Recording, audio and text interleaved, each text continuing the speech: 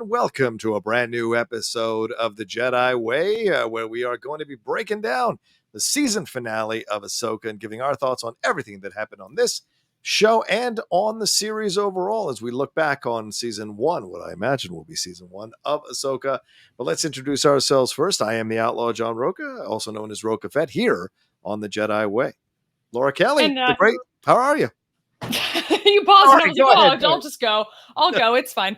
No, I'm Laura Kelly, and I am very excited to be back leading our final episode of this show, or our final episode of Ahsoka, our review. I'm very much looking forward to it. I have had a lot of fun on social media with this show, trying to be a little bit more active on like Twitter and Instagram.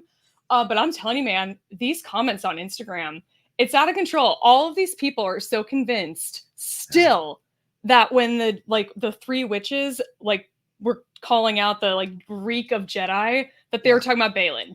All of these, even now, I had a new comment today of somebody being like, they were talking about Balin. I'm like, you didn't watch today? It's mind blowing to me, but it's also very funny and very entertaining to watch. So I'll miss that.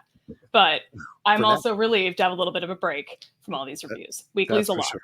We've been doing them every week for sure. And someone who's been with us for most of these reviews, and we're happy to have him back again, our third member here in our particular cockpit. That is the great Kevin Smets. How are you, Kevin? Belde, Vede, Nalin, Kareem. Belde, Vede, Valim, Kalima. You memorized it? Oh my God. That's my Temple of Doom impersonation. Good to be back. Good to talk about this episode. And I'm curious. I've been radio silent on text with you guys because I don't think I liked it as much as you guys did. So this will be a fun show to discuss. So I'm excited. You talk first. I talk first. Who talks first? But yeah, good. I'm excited, Laura. You're leading another one, and you did a great job on all these episodes. So. For sure. Thank you. She has. Absolutely. Any and all opinions are welcome, Kevin. You know that here on the show. All right, let's hand it over. Laura Kelly, please take it away. All right. Well, the season one finale of Ahsoka dropped on Tuesday this week, and it continues to explore the relationship and dynamics between masters and apprentices and the theme of choices and why they matter. So this episode gave us some great action and fight scenes, but from what I've seen, and apparently from Kevin too, the fan reaction has kind of seemed mixed. I'll admit that I have a lot of questions, though I think for the most part, this tied up like many of the story threads nicely, I think. So the three of us had different takes on several components of part 7. I am very curious to see where the three of us land on this. So Kevin, I do want to start with you. We ended with, I think, a surprisingly low body count in this episode, like one that notably did not include a certain ancient droid. So what were your thoughts on this, overall thoughts on this finale? I thought that it wasn't a bad finale. It wasn't like, to me, it just like, I'm not going to say it didn't stick the landing, but it just wasn't like, and I know I'll get flack for this, but like the Obi-Wan finale, even though I didn't like how Reva went back in the Luke thing or whatever, but like, there are moments in that finale that like were really powerful, like the Hayden yelling Obi-Wan, like, and like when Obi-Wan finally like comes to terms with who Anakin was and how he fell, and then he's talking to Leia and he says that, you know, your father was forthright and fearless, and these are the gifts of your father. Both were exceptional people, talking about the parents. There were moments like that, and in fact, right after we watched the finale, I loaded it up and I was showing my wife Dasha some of it, and I just felt that. And look. The ending with obviously we're jumping around, but the ending with Ghost Hayden and like looking on proudly was great. I have thoughts on that. And some of the action was good. I thought the dueling was great. I like your tweet, Rocha, with showing like the martial arts and stuff. Oh yeah.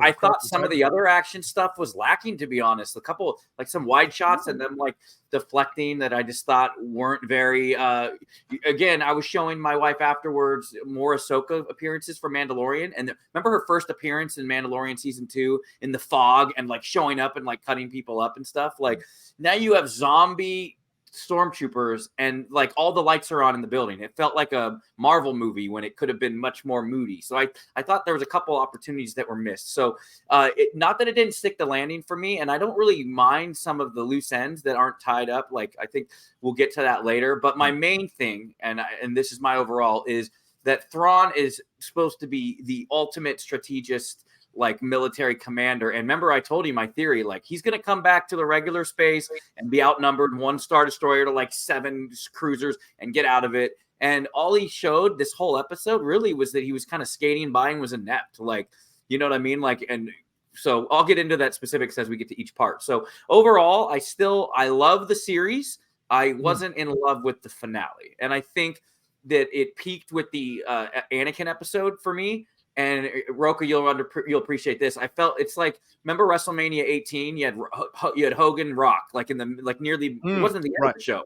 It was like 3 episodes. There was still 2 matches. They had a filler match after, and then the main event, which fell flat to the crowd.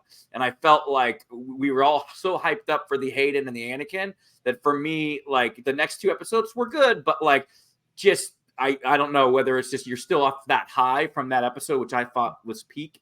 That the rest of it, I didn't think it didn't stick the landing. And I want to be clear. I understand why people love it. And I'm so glad that not everyone on Twitter hates it, because that would be annoying for the next 8 months. So I'm glad that people liked it. For me, I was like, I just felt, I thought I was going to get a little bit moved a little more than I did. And I wasn't. And come on, hug Hera. Hug. Right. Chewie doesn't hug Leia. You got to hug Hera. I know it. And I'm not trying to like nitpick. But like, go where the hug, they like wipe away. He starts to walk towards and they wipe away. Anyways. Yeah. I've been personally victimized by that wipe. I am not loving that. But beyond that, though, I thought there was a lot to love in this episode, at least for me. So I was quite pleased. ESFANDI, I think, continues to impress as just the perfect Ezra Bridger. And all of that spooky Nightsister stuff, I really thought it was fun. And I thought that this was a pretty satisfying ending, given all the cameos and the Easter eggs. My issues with the series are just that. There are issues with the series as a whole and not so much with the individual episodes. I still don't think Sabine needed to be Force sensitive, and I don't think that this Thrawn's motivations are consistent with canon novel Thrawn. Neither of those things stopped me from enjoying each and every episode, though, individually. So I can let that go and still manage to love the show. But John, I've seen some reaction online to some of these action sequences as being a little video game-like. Kevin thought some of them were a little slow. Where do you fall on that line, and tell us what you thought about part 8? Well, I thought the Morgan and Ahsoka fight was stellar, just absolutely stellar. This is why you cast Diana Lee INOSANTO, to let her loose, to do what she can do, what she's been trained to do her entire life. And she was incredible. And her and Rosario were great with their chemistry. Yes, there are probably sequences where some stunt people were used, but the sequences where you could see it was Rosario and her, I thought were excellent.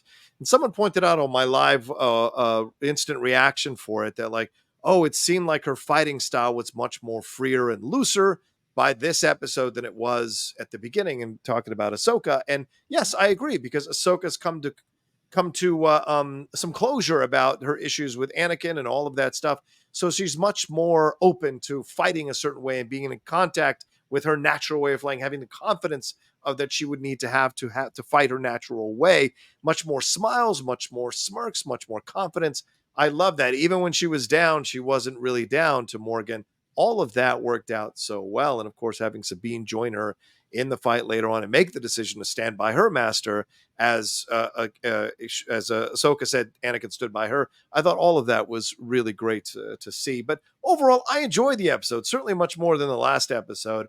I didn't feel as let down by this episode at all. I enjoyed the action sequences. I liked what we were going through with Sabine and with Ezra and with Ahsoka. And I get it. You know, people are going to be mad. They wanted harder edges. I think 4 through 6 was obviously the apex of the series, but it also set people's expectations very, very high. And I think that sadly, both 7 and 8 didn't 100% meet it at the level that a lot of the people felt it could have, although some people did like last episode. But I enjoyed this one, and I liked what we got with Ahsoka. I liked the progression of her. The Huyang scene with Ezra was fantastic. Just layers of emotion going on in those interactions between Ezra and Huyang and Sabine as well in the doorway there. Their back and forth. I thought all of it had a lot of weight to it. And then later, Ahsoka and Sabine having their conversation and coming to some closure about their issues, and Ahsoka realizing, oh, yeah, I did the same kind of things. And these are the things that I bring up all the time. I'm always amazed at how parents forget how they were as children, how they were as teenagers, how they were as children in their 20s or adults in their 30s. They always forget this about their own children, and their children are just as rebellious as they were, yet they seem to get amnesia as they get older and forget how their kids are going through the stuff that they went through. And I like that Ahsoka kind of figured that out and unlocked that and was like, you know what? I kind of did some stuff in my past myself. I kind of went into business for myself sometimes, but Anakin stood by me, so I'm going to stand by you. So the messages here were really well done. Yes, you can argue about the volume. Certainly, Sabine walking away from the ship was so obviously volume, but the raining down hellfire, I thought that was awesome. Looked like something out of Star Wars Rebels that I've seen before in an episode. And the force jump, I thought that was cool as shit. And people can have issues with it all you want. Do that Mary Sue nonsense or whatever you want to complain about with Sabine. But I loved it. And I liked that Sabine finally got to use the force. It was the right time to use the force. And so for me, overall, the episode worked. Even if I had a few quibbles, certainly the Balin and the Shinhati stuff is an issue for me. Not having more Ezra is an issue for me. Not hearing about what happened between Ezra and Thrawn for all those years, I think there's a big issue for me. So yeah, the things they're probably going to be answered in season 2, but for season 1, and that's what we're analyzing here, I was a little let down by that overall in the episode for sure. No, that's fair. That's the Mary Sue argument is actually mystifying to me. I'm like, we saw Sabine struggle with the Force for 7 episodes. What are you talking? Like 8 is when she finally, like, we went through this for that's mind-boggling. But I won't dwell on that. We'll get into it and start with part 1 of this episode, where we open on the Chimera. Morgan tells Thrawn that their shit's loaded, so Thrawn tells Enoch to send 2 TIEs after the Jedi shuttle. Morgan twirls her mustache and tells them that there is little the Jedi can do to stop us now. Ha ha ha. And Thrawn tells her that he has underestimated Jedi and rebels before, but not today, Satan. The Great Mothers tell Morgan to come and get a treat. Morgan pledges herself to their shit, and they turn her into a real Nightsister, I guess, with like the blacked out eyes and the green glowy smoke, and it's the whole enchilada. It's great. But then this episode actually spends, I think I timed it, about 20 seconds generating that sword out of thin air. It kind of stopped the episode dead for me a little bit. It was a little too long, but it was the blade of Talzin. That's pretty cool, actually. So I'll let it slide. Before we cut to the Noti camp, we do get this really dope shot of 2 TIEs being dispatched behind Thrawn as he looks on from the center of the screen. It's kind of neat. But going back to the Noti camp, Ezra is constructing his new lightsaber aboard the T6 as Huyang assists and supervises. Huyang asks him where he learned to build a saber, and Sabine answers for him from Kanan Jarrus.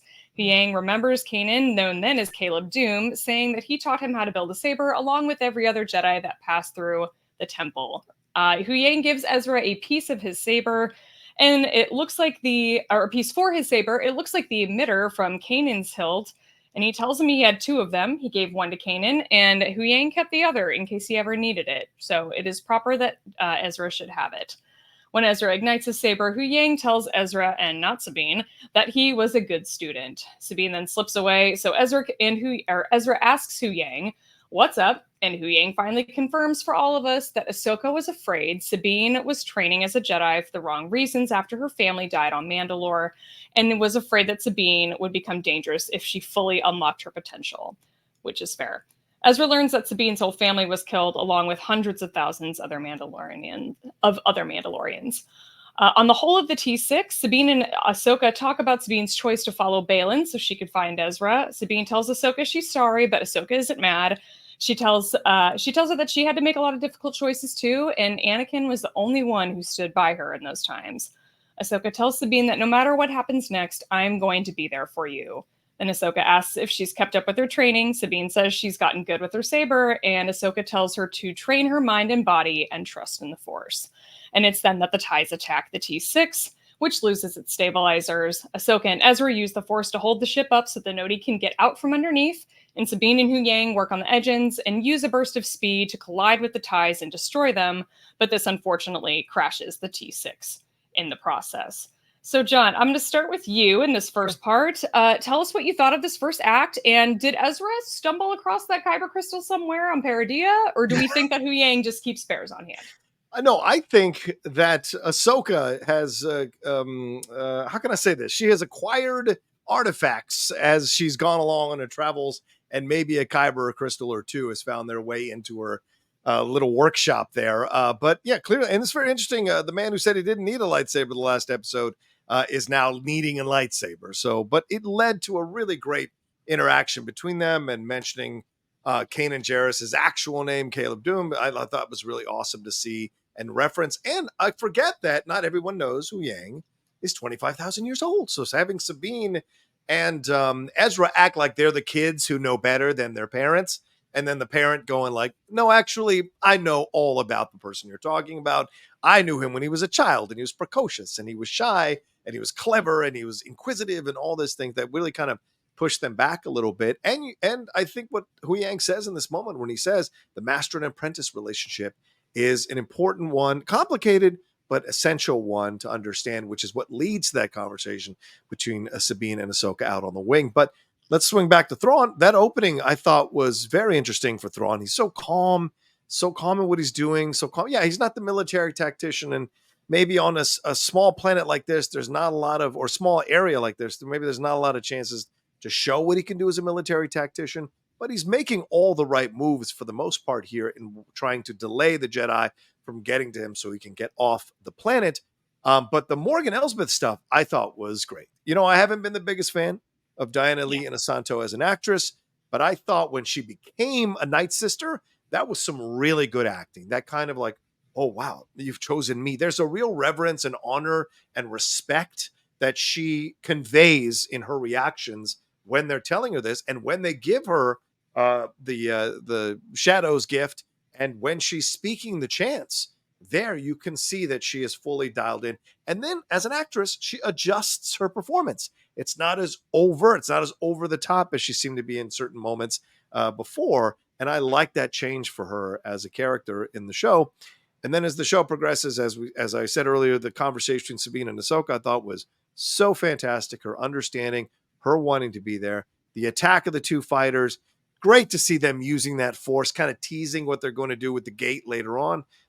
Keeping the Noti safe there, and what that leads to with them now deciding that they've got to go and attack Thrawn and get there as quickly as possible. So for me, good beginning, laying the groundwork, understanding the stakes, understanding everybody's motivation. Thrawn wants to get off the planet. The night, Morgan Elsbeth now is a Night Sister, so she's happy to serve Thrawn and not the Empire. I want to make that clear. She doesn't serve the Empire. She serves Thrawn and the Night Sisters. And there are two moments that have happened in this series where it makes it clear that Morgan Elsbeth could give two shits about the Empire. She cares about Thrawn and she cares about the Night Sisters. And certainly later on in the show, when Thrawn says for the Empire, she says under her breath for Dathomir. So that tells you right there. And then later, when she says they're ready to serve you, Lord, ready to serve you, Thrawn, when she's talking about the clone troop or the night troopers that she's turned into zombies, he says, well, they're ready to serve the Empire. And she's like, yeah, sure, whatever. So I like, exactly. I like that she is very much her own entity. So what she's doing, there was a purity and nobility to her that I thought was really well done. And we get the beginnings of it here in this particular episode here. So I liked the beginning of the episode. Yeah, there is something kind of hilarious, though, about Thrawn just standing there for like the entire time that they're going through this whole thing with Morgan. A couple times you can kind of see him in the background. They cut to him like he literally is not doing anything. He's just standing there. There is a moment while they're talking about Kanan. They were this close. I was just waiting for them to mention Jason. Yes. And it's not clear if anyone has told Ezra yet that Kanan and Hera have a son. So I will be very curious to see his reaction to that. Now I'm kind of sad that we didn't get more of a reunion. I mean, I was already sad we didn't get more of a reunion between Hera and Ezra, but I'm kind of sad that through this entire ordeal, nobody ever mentioned that. But Kevin, up to this point, Ahsoka has been very singularly focused on finding and stopping Thrawn. However, we see her intentions shift in this episode by standing by Sabine and her decisions, seemingly no matter what. What did you think of this story choice?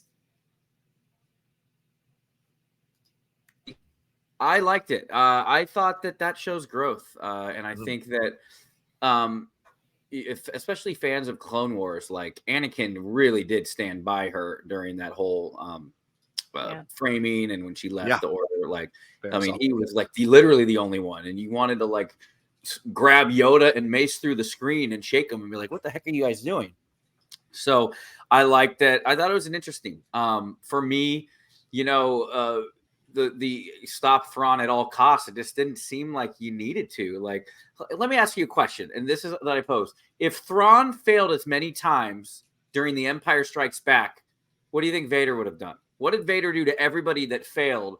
Right, and like, you know, but Vader failed consistently in the original trilogy. But Vader is a hypocrite. Of course, he's a Dark Lord of the Sith. He's a hypocrite. Of course, he's going to choke out other people that failed. He choked out someone. Apology accepted, Captain Needa, because they lost the Millennium Falcon, right? It's true. And you know, he's such a brilliant tactician, and he literally says, like, never underestimate the Jedi. And I'm stealing this from, and I don't agree with most of John Campia's takes, but he did say something funny. It's like Thrawn is sitting there like, never underestimate the Jedi. I did once, I'll never do it again. So they have the Jedi coming. What are we going to do? And he has a whole fleet of TIE fighters. He's like, send 2 TIE fighters. Like, that's funny. That take made me laugh. Like, I just thought that, you know, and again, I talked about that last week. Like the show, by nature, you have to have the good guys win a lot of the time. Yeah.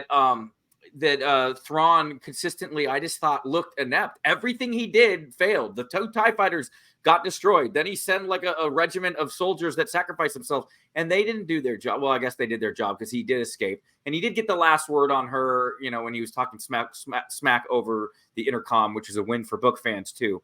But I will say that for me, it just the Thrawn element kind of bummed me out. Like, remember I told you, I was like, this is where everybody, like, you can't kill off Ezra. He just came back. You can't kill off Sabine. And I think that a better idea would have been, kill all the Noti. Like, I mean, I'm sounding dark, but like, he needed to have a big victory aside from literally escaping that planet by the skin of his teeth. You know what I mean? So that first act when he was he sent the TIE fighters and then they got destroyed, and it was like another bumbling thing. And I know you're talking about how his motivations don't match up with the canon novels, but like, I feel like the canon novels and the established that he should be so tactically sound, and you know, like you even say, just standing around consistently having people tell the bad news.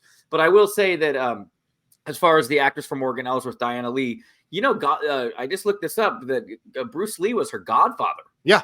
Like, she has that history of martial arts, I think, is really good. And I agree. I thought that the Nightsister stuff's cool. Like, they're going magic. Like, that's full on. Like, there were a couple Lord of the Rings style like things. We'll get into other stuff later.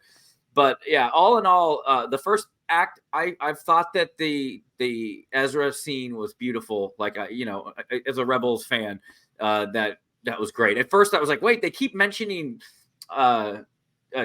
They're not naming him by Caleb Doom, but then they finally do, right? Like, I even had a note. I'm like, oh, why aren't they? And then they're, okay, I don't have to talk about that. So, yeah, overall, I thought they did a good job of setting the table. It's always a little slow at first. And yeah, and for me, it's just, like I said, I keep going around it, but I'm curious what the cargo is. Do we know what the cargo is, or is that, or is that a mystery? I mean, I think there's a lot of assumptions that it's like more bodies. Maybe it's more like, because they're all they're shaped like coffins. So I'm like, that's my assumption, is that it's something like that. But yeah, it's not totally clear. But I'm glad that at least, John, I think you brought up the Nightsisters. There's a scene at the end when they're all looking out at that cargo in the cargo bay on the Chimera, and the Nightsisters are kind of like, there's a look sort of on their face that's kind of a shared look. They kind of cut to them for like a second where I'm like, ooh, there's going to be like a split here at some point. I think there's like something's going to happen where they're like not going to line up with Thrawn anymore. And I don't know if it's going to be violent, but there's going to be a split between them. Interesting. I absolutely feel the same way. As I was rewatching the episode again this morning, I'm like, oh no, this is all the Nightsisters. Like, if you think Thrawn's emasculated now, you just wait till the Thrawn sisters. I hope not. I think that's what we're leading to. Because remember, this is not Thrawn in his 40s. All right, this is Thrawn in his 60s. And if you look at and watch the episode in HD, you can see there's like, his outfit is all ratty and there's holes in it, and so he is not the Thrawn. You know, he's older. All these kinds of things. So, you But know, they're setting him up to be the Thanos of this new series of movies. I don't think they are. Kang, like setting up Kang that was so weak in Ant-Man. He got the main villain of the next like giant Avengers movies got beat by Ant-Man, right? No offense to Ant-Man. I like Ant-Man. Yeah, like, I'm sure he's watching and he's very sorry, Scott Lang. No, but I don't think they are setting him up. I think that's a red herring. I don't think they are setting him up. That's what I said from the beginning. I said that in the beginning. I was like, there's going to be a bigger bad. Absolutely. And I think then they'll team up with the heroes. You think Thrawn teams up with the heroes? No, I don't know. I agree. I draw the line there. Enemy of my enemy is my friend. This aboleth theory is starting to grow on. And this belief of this possibility is starting to grow. I mean, Laura, credit to you, of course, as you just pointed out. You were the one saying there's something more here. And it certainly feels that way coming out of this. And you're right about the Nightsisters. I think, and especially watching Morgan getting basically used up, like they were like, yeah, sure, here's the gift of shadows, but you're going to die in about 5 minutes, so it's not going to matter. I think they knew. They called to her. They needed a patsy. Neither of the three of them wanted to die. They get on the ship, so they needed a patsy to help get everything in place from there so that they could get Thrawn there. The reason they want to get Thrawn there is because they want to use Thrawn possibly with the aboleth thing going on. If you go and study that theory, she is a much more powerful entity. And so that could be the way where Thrawn turns out to be like the John the Baptist, the unwitting John the Baptist, leading the way for the more powerful person to show up. So in essence, he will become the Morgan Elsbeth for this more powerful entity. And I think that's going to be a hell of a turnaround. And look, there's a great commercial campaign right now where the old football players think they can still play and they can't do it anymore. It's a very funny commercial campaign with I think Dan Marino and other people. This is what Thrawn is now, and I think so many people are upset about this, but accept it. He's old. He can't do it like he used to anymore. There's going to be a bigger baddie coming, I think, and people might be mad about it, but I think this is where they're going. Well, I also think that there's some consistency in that, like Thrawn kind of being like letting himself lose a battle every now and then. He did that a lot in Rebels. Oh yeah, true. Part of it was just like him kind of learning the Rebels like tactics and sort of educating himself on just who they are and how they operate. Whether you can use that same argument here, I don't know. But I will say, I'm like, that was a thing that he did a lot in Rebels, and people made those same comments then too. I mean, they were like, why is this guy who's supposed to be this genius, who is this like genius tactician in these, these Legends books, just letting these rebels walk all over him? So this has been kind of a common thing with Thrawn. Yeah. But ultimately, he always has like a bigger picture. I just am wondering if like what I would have interpreted as Thrawn's big picture, or what I would have pitched for the story of this particular like storyline of this show, doesn't really match up with what I have experienced, I think, in the books, or at least what I remember. It has been a while since I've read them. I'll give them that. Fair enough. Well, let's take a quick break. We're at the 28-minute mark here in just the first section. So let's take a quick break and we'll jump into the second section of the show right after this.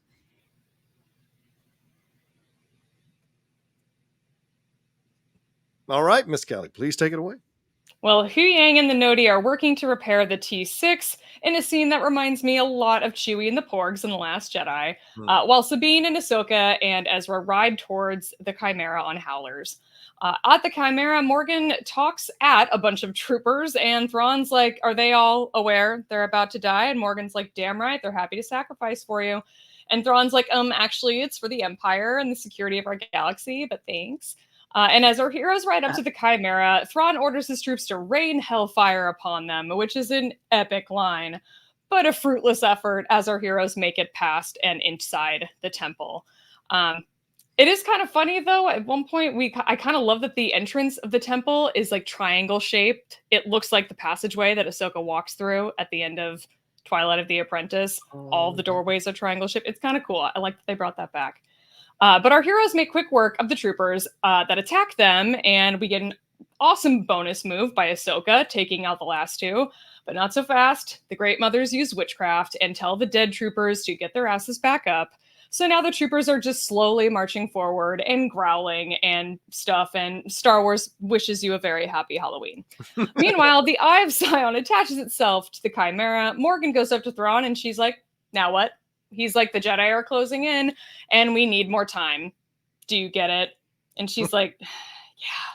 Thrawn's like, for the Empire. And Morgan, after he's walked away, says, for Dathomir. Our heroes seal the doors behind them as they move through further into the temple. They eventually make it to the big boss Morgan, and Ahsoka's like, I took this bitch down once, watch me do it again. So Ezra and Sabine push further into the temple. Morgan and Ahsoka duel, and it is awesome. Thrawn rolls up to the Eye of Sion bridge. A droid tells him their course is set, and he's like, dope, let's go. Meanwhile, Ezra and Sabine almost get taken out by some busted zombie death troopers, but this is where Sabine finally whips out her force abilities and force pulls the saber into her hand so she can stick the blade through her death trooper's head. Ezra's like, say less, and he beheads a guy. Sabine and Ezra make it to the platform, but the Chimera has already started to take off, and it's too far to jump. But they do that thing that Kanan and Ezra used to do in Rebels, where they use the Force to hold each other up and make the jump. So with Sabine's assist, Ezra makes the jump. It seems like Sabine's going to jump too, but that's when Ahsoka, Morgan, and the zombie troopers make their way to the platform too.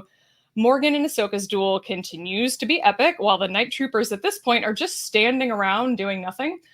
Morgan's like, you were going to die here alone. Sabine rolls up and says, not alone. And now the night troopers decide to actually contribute something to this whole thing. So towards the end of this battle, Ahsoka gets a hold of Morgan's blade.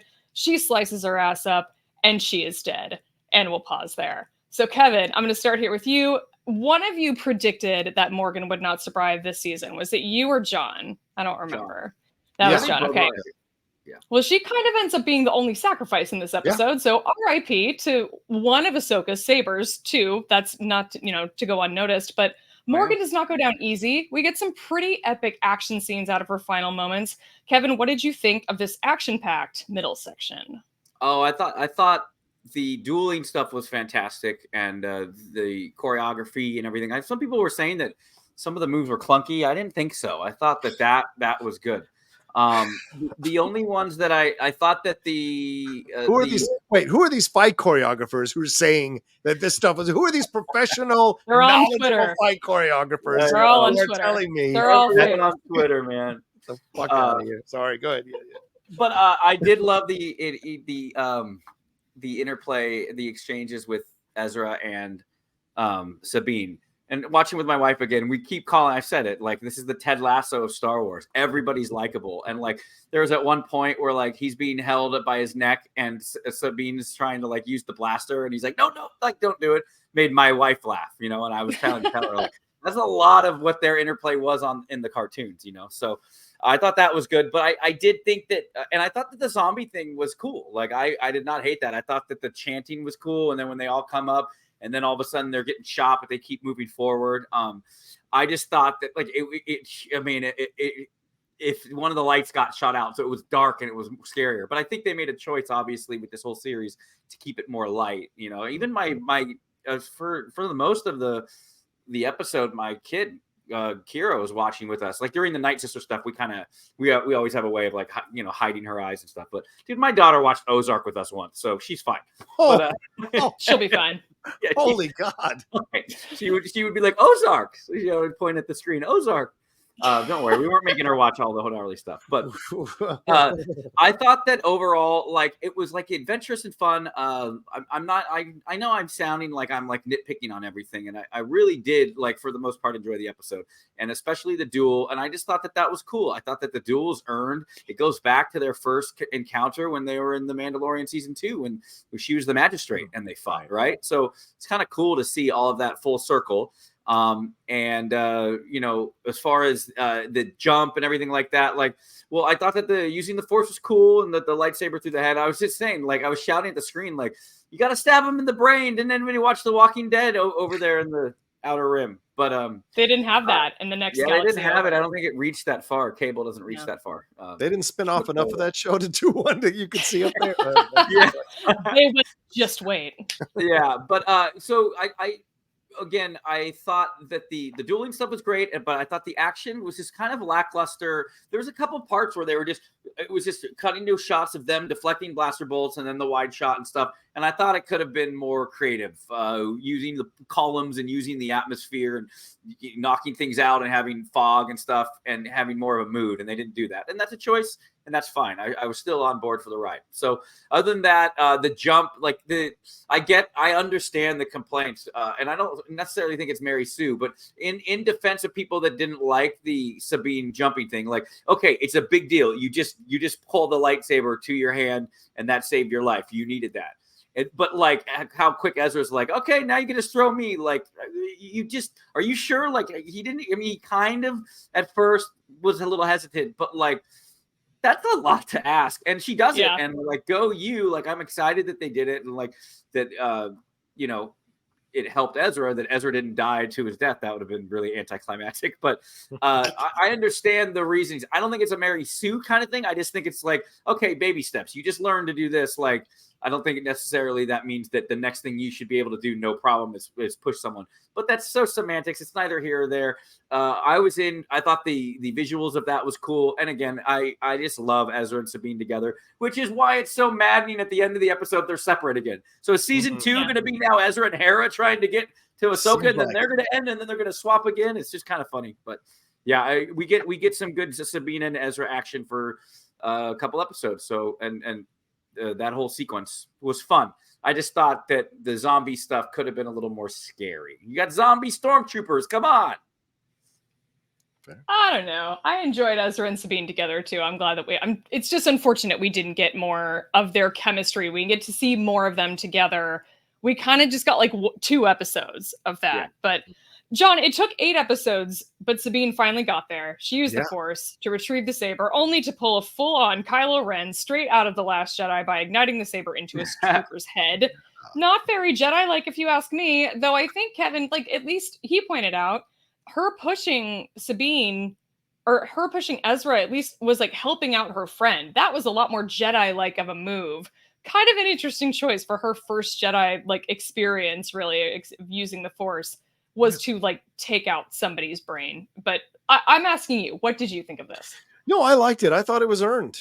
We've seen her trying to use the Force through the whole series, and we've seen it played for comical moments with the coffee cup, with Shinhati, even riding with them in to open the gate. That was very much not her. That was very much Ahsoka and Ezra opening that stone gate. But the fact that she was riding and trying to help, I thought was great. So what was it going to take for her to figure out how to get there? And certainly Ahsoka laid the groundwork, and so did Hu Yang. Hu Yang said Ahsoka was afraid that she would become so powerful and dangerous because she's capable of being super powerful.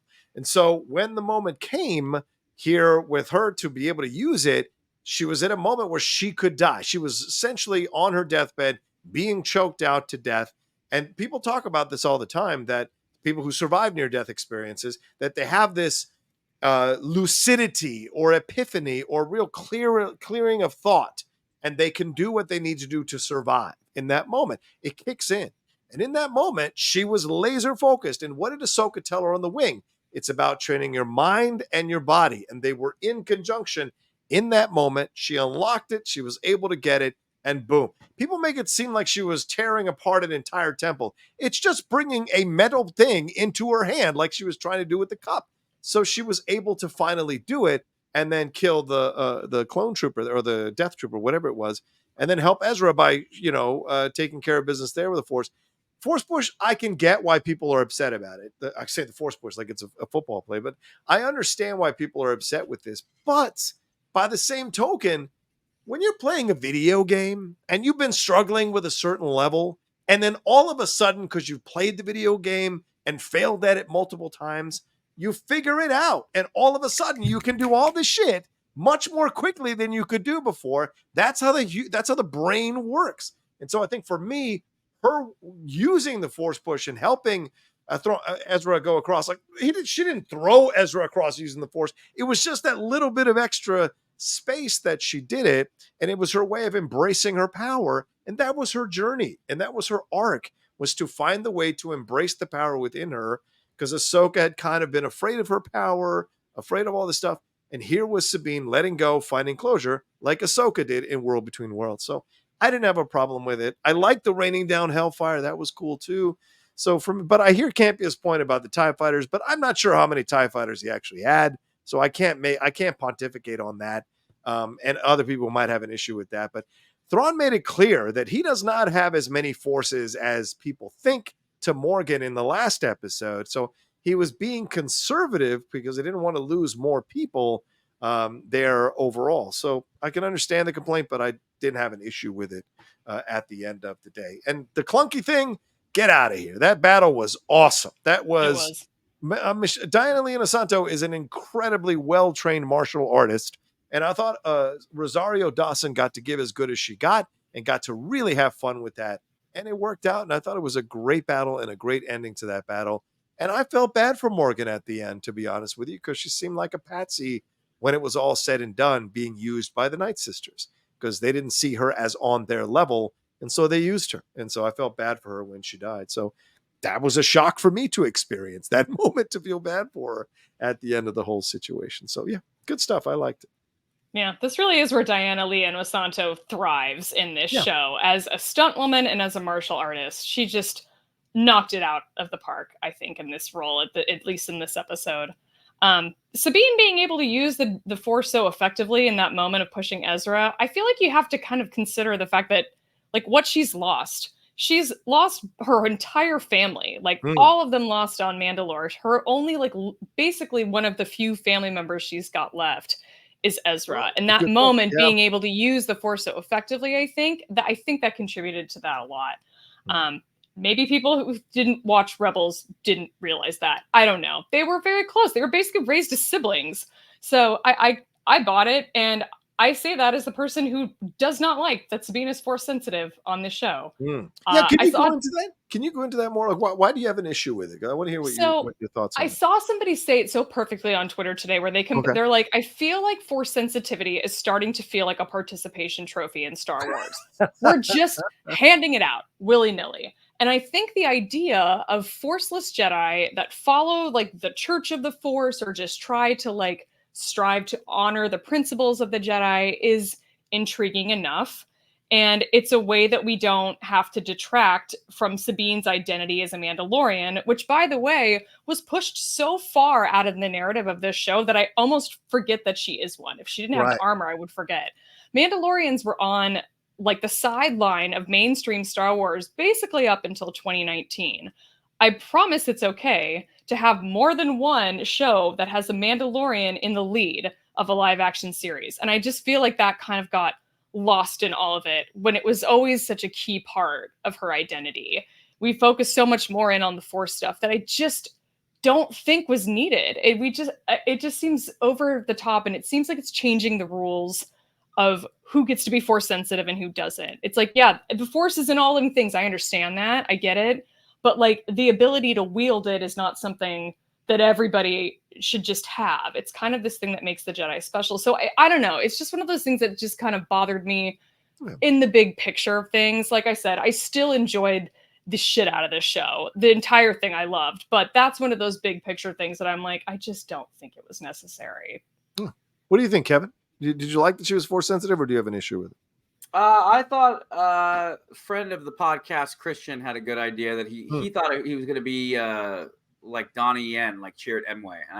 And I think, Laura, you kind of touched on that too. Like, someone that's following the Jedi code or the Jedi religion, but not necessarily Force sensitive. So I didn't hate it because I liked the payoff, especially saving her ass with the lightsaber and stuff like that. And, you know, I like that whole thing you're talking about with near-death experiences, how sometimes that can just provide you clarity. They always talk about crazy superhuman acts where someone's able to lift a car under, like, duress and stuff like that. So I didn't hate it as much. I do wish that they can, you know, push the Mandalorian element to that, and hopefully they get back to that. I mean, honestly, like, she had bigger fish to fry. She was trying to find Ezra, so I don't think, you know, they kind of make a big deal when she finally put the armor back on. So that was kind of a cool moment. But yeah, I definitely am on the camp that I would have been fine with her not using the Force and just being, you know, but you know, I think for the narrative, you know, it's kind of cool, like, you know, especially later when she kind of senses Anakin, doesn't quite see him, but senses it.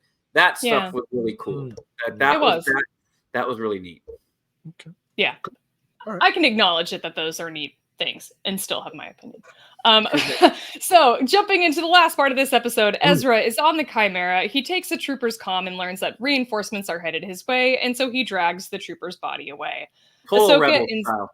Exactly. Ahsoka and Sabine run towards the end of the platform where the T6 has swooped in to save the day, and Thrawn is like, yo, blow up the temple. And Ahsoka and Sabine jump off the platform onto the hull of the T6, and all of Thrawn's night troopers die as the structure crumbles beneath them. The T6 hightails it up to the Eye of Sion, trying to hitch a ride back to the galaxy, but Thrawn's like, hold up, I want to talk. He tells Ahsoka over the comm that she's a worthy opponent, and he regrets that they never got to meet in person, but he knows her anyway because he knew Anakin, and he wonders just how similar they will become. Perhaps this is where a Ronin such as you belongs. One of the last things he tells her. He tells her that this victory is his, and long live the Empire, and then he jumps to hyperspace, jostling the T6 in orbit over Peridea. Later, Ahsoka, Sabine, and Huyang return to the Noti camp, and it's kind of cute because the Noti are very happy to see them. And in the distance, Ahsoka can spot her convor, Morai, who chirps and flies away. It's a very brief Morai cameo. We do a quick check-in with Shin Hati at that point, who rides up on a howler to an encampment of bandits. She holds up her lightsaber, and they all stop and stare. And that's it. Then we cut to Baylan, who walks along a mountainside and looks out at the distance. There was a cool moment here where I noticed earlier, I guess it was earlier today on Twitter, the Kiners identified the music that's playing here as Baylan's theme. Ooh. And wouldn't you know it, the primary instrument is the piano, just like his hallway scene in part 1. Very cool tie back to that. In this scene with Baylan, though, as we zoom out, we see that he's actually standing on an outstretched hand of the Mortis god, the Father, and he's pointing straight ahead. The son is also carved into the mountainside on one side. The daughter is on the other, but the daughter is casually missing her head. Back in our known galaxy, in orbit over Dathomir, the Eye of Sion approaches the red planet. Thrawn is looking out at the Chimera's cargo bay, which is full of coffin-shaped boxes. Elsewhere in the galaxy, 2 A-Wings escort an Imperial shuttle to the Home 1. The shuttle lands, and Hera, Chopper, and a bunch of New Republic soldiers approach. When they see a night trooper disembark, they hold up their blasters. The trooper holds his hands up and slowly moves forward, and Chopper, of all beings, rolls up. The trooper places his hand on Chopper's dome, removes his helmet, revealing himself to be Ezra Bridger. Hera just stares blankly, and Ezra says, "Hi, Hera, I'm home." He walks towards her as she stares at him dumbfounded, and then we see a screen wipe transition and literally no hug between the two of them. What the hell? Back on Peridea with the Noti, Sabine walks over to Ahsoka, who appears to be staring out at the moonlight. Sabine tells her that they're almost packed. Ahsoka tells her she did well. Sabine asks, "Did I? Thrawn got away." And Ahsoka says, "Thanks to you, Ezra got home. Ezra is where he needs to be, and so are we, and it's time to move on." As Ahsoka walks away, Sabine stares at something, but she tells Ahsoka it's nothing, just shadows in the starlight, and she heads back to the camp. Ahsoka looks back at the moonlight briefly, and then turns to follow Sabine. As Ahsoka walks away and we zoom out, we see Anakin Skywalker's Force Ghost silently watching with a small smile before we cut to black. And thus concludes Ahsoka Season 1. John, Mortis, Morai, and nary a hug to be found. Part 8 managed to squeeze in one last check-in with our villains, Baylan and Shin. What did you think of their final appearance this season? Oh, heartbreaking, because we didn't get enough of it. I thought it was such a confounding decision. And I get it. Maybe it seems pretty clear that they've got a season 2 lined up here, but it would have been nice to know that ahead of time so we don't feel as dissatisfied as we felt coming out of this episode with what we got from them. Because Shin essentially, it was just a Conan moment. Let me ride it on my wild beast and raise my sword, and other people are. So she's essentially probably going to lead the nomads. So she will have some interactions or battles with Ahsoka and Sabine there as they're there with the Noti and what that's all going to lead to. So great. I guess Shin has found a home because she is a nomad herself in essence. So fine. That's cool. But the Baylan stuff I thought was great, but also just so heartbreaking because that's the only thing we get of him in this episode. And for a last few frames of Ray Stevenson as Baylan, it was such a phenomenal letdown. No words were spoken. Just walk out there, look ahead, look regal and noble, and be pointing and follow some stone finger to some beacon that is flashing in the background there. And that could be the Aboleth. That could be the theory there. That could be Aboleth and the mom that is part of the Mortis situation as well. So that could be what it's leading to. And he spoke about a great ancient evil that will set everything right. So it's very possible that that's what's being opened up there. But yeah, bit of a disappointment to have it in that way for both of those characters. But I did enjoy what we got with Sabine and Ahsoka. I thought that was really sweet with them with the Noti. I thought seeing the Ezra, whether she saw the Force Ghost or not, I don't know. But I like the mirroring of the moment that we got at the end of not the end of Rebels, but at when Ahsoka leaves the temple. It is also over Anakin's shoulder that he's watching her walk away. And he watches her walk away from a different place in that episode versus where he's watching her walk away from this episode, which she's an adult. She's very much in charge now and of her life and of herself. And she is a master now to Sabine. So I like that was a nice moment and smile. I heard some people say it was cheesy. Screw you. I love seeing Hayden Christensen back as this version of Anakin and putting the Clone Wars and the prequel trilogy now mirroring or uniting them in his performance of Anakin. And it's been great to see. Honestly, it's been so good to see overall. The Hera hug, I get it. I thought the same thing. So the fact that we all thought the same thing, you have to think someone in that room was telling Dave, why are they hugging? So it's so clear. He has to explain this. And he'll do it. Writer's room.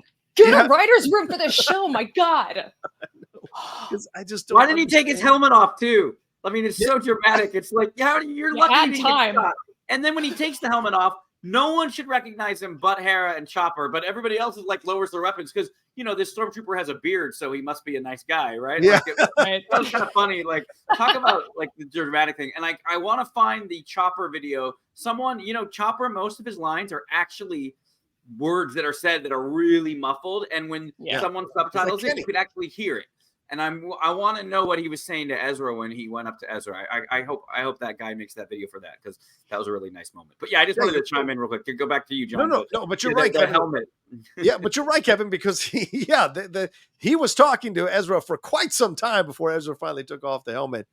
For God's sake, so that's a great. He's probably point saying, "Why don't you take off your helmet, you idiot? You almost got your head blown away."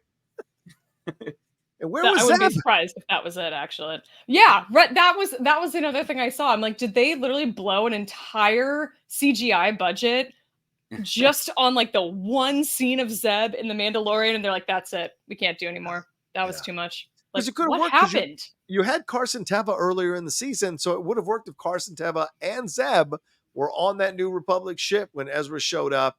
And that reunion with them would have been fantastic. But clearly, he would have hugged Zeb. He would have hugged Zeb. He would have hugged Zeb. Or Zeb would have ran up to him and picked him up and shook him and hugged him and whatever. So, yeah, that would have worked overall. Let's see what else. Thrawn destroying the temple, I thought, was really interesting. And that shows you that he is doesn't have it. And that may be something, because you saw the Nightsisters look a little pissed that he was blowing up the temple. So that's something that will be a part of this as well, that I think. And I see some people and friend of the show by our friends, Kalinowski, complaining that on Twitter that how would Thrawn know what a Ronin is? And listen, man, you can't put that nonsense into this mix. And I don't think Kalinowski's opinion is nonsense. I mean, people will complain about that stuff. They used Machiavellian in one of the shows. And so it's made for American audiences. This is not a surprise for Star Wars. It is made so you can connect to it. Bill Burr having a regional Boston accent. This is all part of it, okay? This is all part of it, and it should be allowed to exist because they're using certain things that you will get. And, of course, they had Ronin in Star Wars Visions. They've released a book, Ronin. Right. It's not canon, but it's part of the Star Wars universe. So I don't think it's a negative that he used that word, but I did like him twisting the knife a little bit on Ahsoka and kind of putting her on her heels by saying, like, I know your master, I know how you fought, and I knew exactly how to play you in this whole situation. And in the end, you're going to eat my dust. And he took off. So to me, I liked all of that as we get to the ending of the show. Yeah. Shin approaches that bandit camp, holds up her saber. Oh, yeah. What, John, or either of you jump in, what was happening there? I'm like, that was such a weird way to end her story in this season. And I just didn't get it. And they were so inept, those guys, anyway. So you're going to be a leader of a bunch of inept raiders. Like, she'd be better off on her own. So, I'm curious. I like that all these pieces are in play on this planet at this new galaxy, and we'll see how everybody gets back, whether we'll get to see it or not. So there's a lot of moving parts on that planet. So, but yeah, the Raiders, like, you know, that's like, you know, and I mean, it's very Conan the Barbarian. I really like that, Rocha. It was very, I mean, very much.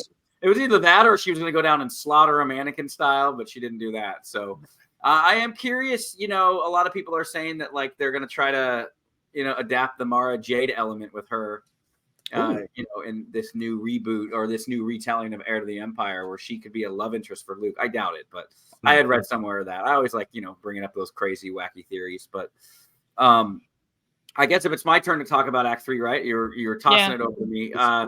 Yeah, overall, I thought that the Balin and Mortis, you're saying Mount Mortis? It's kind of, the Mount. I saw them as like Lord of the Rings type things at first. I didn't realize it was the Mortis thing until people were mentioning on Twitter, and I was like, and I saw you tweeted about it too. You're like, oh, how did I miss that? Or someone did it. I'm like, yeah, and you know, you see that light. It's like the Lonely Mountain, like from the Hobbit and whatnot. So I think that whatever he does over there, I don't know if we're going to actually see his journey to over there. I think we'll have a time jump into the next season. Maybe not too far a time jump, but I think we'll have a time jump. And so by the next time we see Sabine, she's going to be a badass Jedi apprentice, like, because she'll have all this time training with Ahsoka, like buried, you know, with all the Noti. And I think during off screen, however they recast Balin, you can't let that, they're going to recast him. Right. Yeah. But I think that they could recast him, but whatever happens to him in that beacon or whatever is going to transform him anyway. Right. He's going to become something greater or be part of something. So they could always, if they get Liev Schreiber fan casting, or if they get Denzel Washington, they could explain it and be like, you know, I got transformed by the aboleth or whatever you guys are talking about. So, so I thought, like, that was great. And yeah, the hug was like, you know, it's kind of like, it's like the Chewie. I think the Chewie not hugging Leia thing is a little more like crazy. Like, I wish no one ever pointed that out to me, because it's like so bothers me every time now. But it was a nice reunion. I just thought it was silly that he didn't like take his helmet off. But and I just think that it's funny. They're now on separate. It's like they just swapped. Right. So now it's like, oh, now what's going to be the next season? Is it that's going to be what they cover in the season? Who knows? And I did like the Back to the Future Part 2 moment where they were running off and then they jump off and you think that like they're falling off the cliff and then it rises up and it's on their own T6. Hell yeah. Great Back to the Future 2 and Marty's on the rooftop in evil 1985. Biff chases him up there. He jumps off and then the DeLorean comes up there. So I thought that was cool. And yeah, the Anakin thing, I might be in the minority of this. I love it. It was picture perfect. It was everything was great about Hayden's return on this show. But I hope that look and his look of proud and smiling, it's like, I came back, I got my apprentice back on track. She's let go of my atrocities now, and she's becoming her own master. And I don't think we need to see Ghost. I doubt it. I'm sure they're going to bring him back because they want ratings. But I think that it would be perfect if he doesn't appear as a ghost again to Ahsoka. And it reminds me of, it was not canon, obviously, anymore, but Heir to the Empire. There was a great scene on a Coruscant balcony where Ghost Obi-Wan appears to Luke and says, hey, I've taken you as far as I can. I'm not going to appear to you anymore. Like, you're good now. You are finally the master. And I saw that as that encompassing look of Anakin. And I don't want Hayden. I don't want to take food off his plate. So if they're gonna hire him for more seasons, that's fine.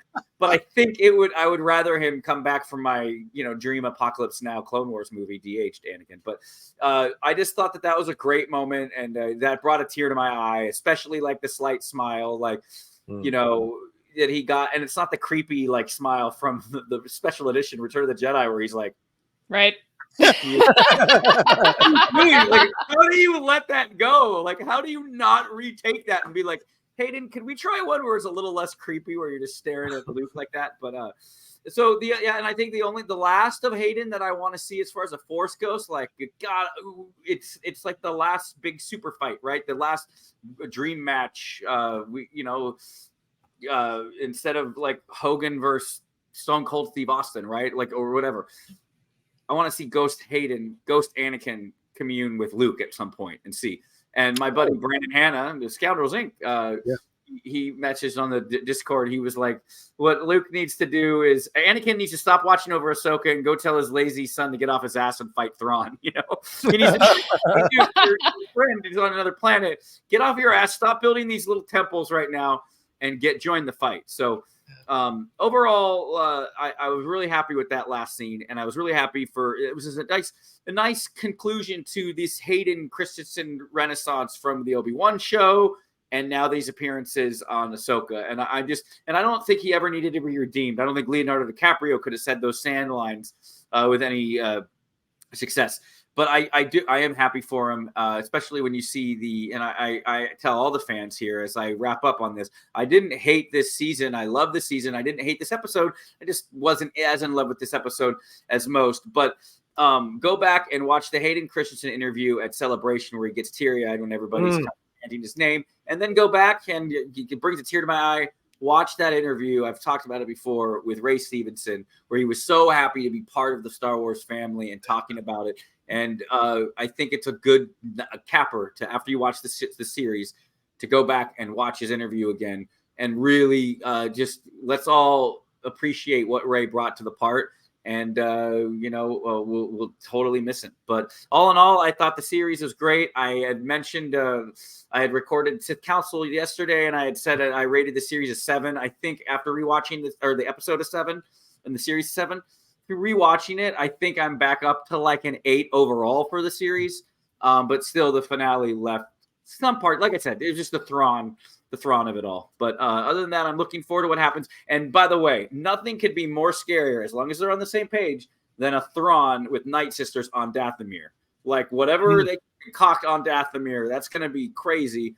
And I'm now, you guys have turned me over where I really do think that, the Nightsisters are probably going to, they're both using each other. They're immune. They're using each other. Sure. So all in all, and it's been great talking with the series with you guys too. And I'm looking, I would still say that I like Obi-Wan more as a show. Really?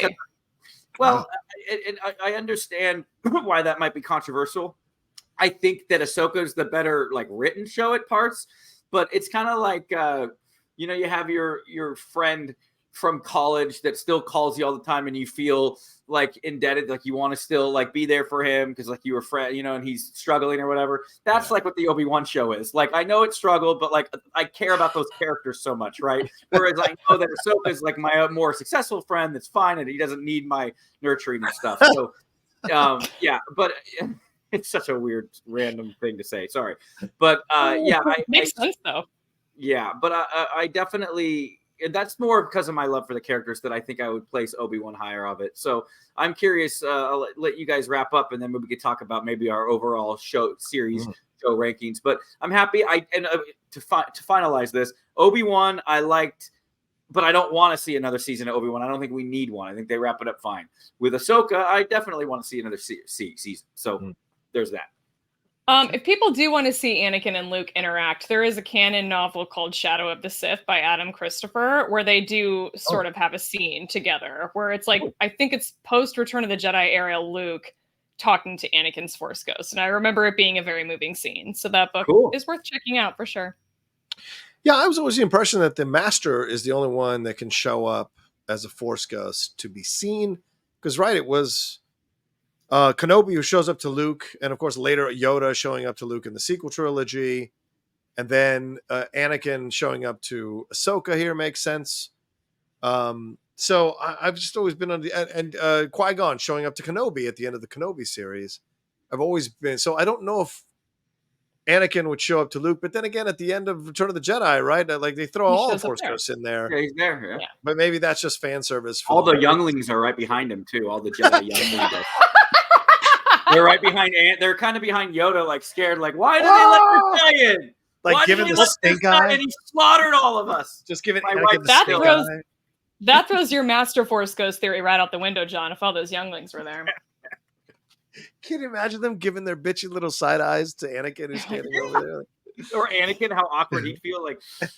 Sorry. Do you want to kill the Ewoks? They're small like us, like we were. All the time. I'm sorry. I killed everyone in my family because I wanted to have a wife. Sorry. This guy got redeemed. This guy. My wife still, even though she loves Hayden Christensen and loves the Kenobi series, and I talked to you guys about it when we saw Return of the Jedi when it came back to theaters. But yeah, they zoom in on him and the smile when it cut the credits. She's like, still, he gets to be like the young, good-looking ghost. Like he did all of those atrocities, but oh, it's okay. You said sorry at the very end. Like, so funny. Yeah. There we go. All right, Laura, are we at the end of this review? Are we wrapped up here? Anything final words? Anything else? I guess in terms of like some overall thoughts, despite having enjoyed the show, I still wish, and I'm sorry to say this, I do wish they would have cast different actors for Sabine and Hera. I wished it from the beginning, and I still wish it. I thought Rosario Dawson, I've just gotten used to it at that point, and I'll probably get there with Sabine and Hera too. But I don't, they just, first of all, neither of them sound right. It would have been nice if they had either sounded right or looked right. At least Sabine's kind of got the right look. But like, I just don't think that Mary Elizabeth Winstead doesn't sound right or look right as Hera. And so I just wish it would have been one or the other, that they would have like had some, I guess, honor the animated version of the character. But they were just like, no, start from scratch. Paint her green. Don't give her tattoos on her Leku. It's fine. I don't know, but that's just me. I also can't help but think that when it comes to Thrawn, as far as like Filoni's writing, I feel like he missed day one of Thrawn 101. Like he was like, I'm skipping syllabus day, but I'm going to go there every other day of the rest of the class, so I get most of it. But in doing so, he missed the lesson where everything Thrawn does is to protect his people. Everything he did for the Empire was a means to an end.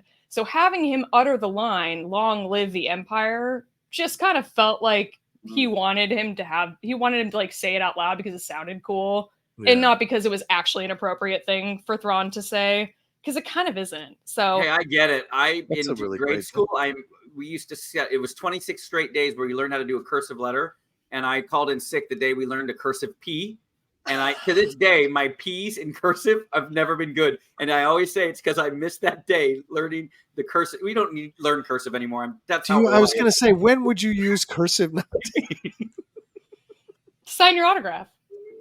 I don't have a P in my name. There's no P in Smets. But in general, you learn cursive in general for that exact reason. Have you ever seen a teenager sign something like a teenager now? They don't use cursive. They're like not. It's bizarre to me. Wow. They have the messiest, shittiest handwriting. In my day, we wrote cursive, and I walked up to school in the snow. I did. Now we've become the old Force ghosts in the room. Yeah, I would say I liked the series a lot. I don't know if I loved the series, but certainly episodes 4 through 6 I loved, and so I did like the series a lot, and it's in my top 5. I can firmly say it's in my top 5.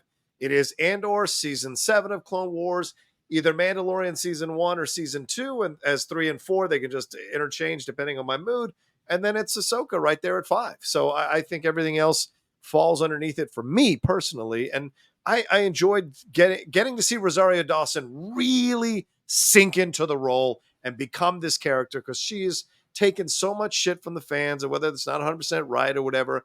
And I think she's really shown what she can do with this character and really came into her own with it as the season came along. I don't share Laura's issues with Natasha Leah BORDIZZO. I do like her. I liked what she did with Sabine. I enjoyed that.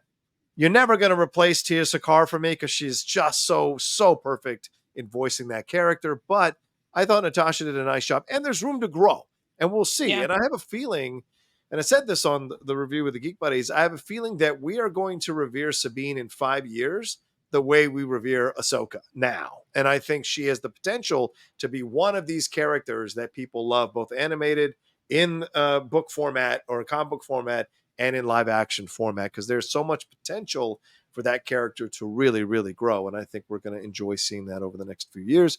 Great to see Hayden Christensen. I think they used him perfectly in this series, including at the end. It was a really nice use. And Hu Yang was such a revelation. You know, you think you've seen all the droids you can possibly see in Star Wars, and then here comes David Tennant doing a wonderful version of the live action version of Hu Yang, and really getting us even more on board and loving that character overall. And so, yeah, so for me, in the most part, it nailed what it needed to nail. I do agree with Laura about Mary Elizabeth Winstead. She never really quite was Hera, but this is what we're going with. So we've got to accept that going forward. And damn it, they should have had a hug. And damn it, where was that? But so those are my final. And Jason, where's Jason? And Jason, Yeah. right. Not enough Jason. There is a massive rewatchability factor for me here. And I think for maybe for Star Wars animation fans in particular, I would like to think that this is like a super rewatchable show. I look forward to going back and watching it again. Fair enough. Kevin, any final thoughts? It's just been a pleasure watching that series. And I just like that there's Star Wars out there. I like that there's different genres. I'm excited to revisit Andor with my wife. I think we watched the trailer for that. And that's the one other thing I will say is that Andor made the Empire feel so threatening and so real and so overbearing and scary. And you just kind of wish you got a little more of that from Thrawn, but they may have time to course correct. And really, now that he's going to be unleashed and he's going to have the full disposal of Dathomir or whatever, who knows? Maybe he comes back and he's crazy, scary, good. But right now, I overall enjoyed the series. I'm looking forward to another season. And thank you, Laura, for all these great recaps. Yeah, Laura, thank you very much for leading our reviews every week. You've been fantastic, honestly. Thank you, guys. This was really fun. I had a really good time with this.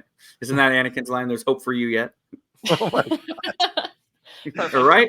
I forget what it was. Will we see Lars Mikkelsen with abs in the second season as a reaction? He's going to work out? Poor guy. Oh, that's so mean. Why are they doing that? He's perfect the way he is. Yes. I'll say that. I think Lars would give two shits. In defense of your, you wish they sounded like, it's crazy cool how it's the same actor that voiced him. So it's the, when you hear his voice, you're like, that's Thrawn from Rebels, right? And so it's the same thing with Bo-Katan. It's such a cool thing when they do it. I'm like, there was an opportunity. I felt like, I don't know. Yeah, I'm sorry. But then you could have. We love Rosario as Ahsoka. I mean, we could have. If you had that same thought, you'd have Ashley Eckstein. And a lot of people said that maybe in the flashbacks it should have been her voice. That would have been interesting. But I thought the actress carried it well too, and I didn't think we needed to get gimmicky like that. So eventually, things get recast. Balin's gonna have to get recast. If they move forward with Luke, I don't want to de-age Luke. Get Sebastian Stan in there or the other. It's time for us to let go of why they don't need to look exactly like it as long as they can embody the spirit. Think of James Bond. Everybody has their favorite Bond. People could maybe in the future have their favorite. That's why I was a big proponent of I always thought that they were going to do Indy the same way, and Indiana Jones would become like James Bond, and they'd start recasting, and it's not going to happen. So not until he dies. Not until he dies. Oh, you think they will after? Oh, 100%. Oh, 1,000,000%. Really? Yeah. That character is not going to leave with Harrison Ford. No way. Once he passes on, I think they'll wait the appropriate time, then they'll recast. They'll announce it at the funeral of Harrison Ford. They'll be tasteful about it. They'll be tasteful, as these studios usually are. If you see in the funeral program on the back, there's a QR code, and you can link to that, and it shows a trailer for our new Indiana Jones reboot. Starring Shia LaBeouf. Oh, no. Oh, wow. Oh, my God. All right. Well, there you go. That's our spoiler review for episode 8 of Ahsoka, the season finale, of what I think we all can say what we think is a season 1, because a season 2 seems like it would be on deck for sure. And certainly we would love to see a season 2. Thank you all so much for watching. We've appreciated coming to you all every week and having you all respond so well. And the thousands of views we've been getting, some of the new fans who've come aboard the Jedi Way. We appreciate you and thank you all very much. Please remember to leave a comment down below of what you thought of everything that happened in the finale and what you thought about our analysis of what happened in the finale as well. Remember to subscribe to the channel down below, hit that bell button as well so you know when all the Jedi Way content is dropping here on the Outlaw Nation. We appreciate it madly. Kevin, another fun show. Please let people know where they can find you. You could find me at Kev Smets, and also, I still haven't fixed that URL for my KOTOR content. But if you just search on YouTube, search Knights of the Old Republic, you could find Knights of the Republic KOTOR movie trilogy, Revan movie trilogy. You could find my stuff there. And of course, you'll find me here every week. Or now, are we going to every other week? I don't know what the schedule is. Probably every other week at this point. On the Jedi Way. And also, shout out to the Scoundrels Inc., the other podcast that I founded. So I know. And we look forward to Kevin taking some pictures this weekend, we hope, so we can add him to our... Yeah, what color saber will I have, huh? We'll find out. That's up to Brian. We shall find out. And Laura, again, thanks so much again. And please let people know where they can find you and everything going on, please. Sure. Find me on Twitter and Instagram at shutup_Laura. You can also find my other show, Force Toast, a Star Wars Happy Hour, on Twitter and Instagram at Force Toast Pod. Our most recent episode, we talked a little bit about the High Republic. In this episode that's coming out this week, we're definitely going to talk about it some more because, of course, the new comic, which got a little bit of a shout out in Ahsoka at the end for some reason. The first Phase 3 comic came out called Shadows of Starlight. And we're looking forward to talking about it on our show and getting into all of the Phase 3 High Republic content coming our way soon. There you go. As for me, at The Rocha Says on Twitter, Instagram, and TikTok, The Outlaw Nation on Twitch. We also reviewed this episode on the Geek Buddy, so you can take a look at that and all the stuff we got going on here on the Outlaw Nation channel. My podcast is Cinephiles, the Hot Mic, and the Geek Buddies as well for you all to enjoy. Laura, please, let's let people know. How can I say this correctly? I'm sorry. I'm running out of gas right now. Let me say this first. Thank you all so much for watching. We appreciate it madly. And Laura, what do we have to tell them before we got to go? Oh, until next time, remember, your focus determines your reality.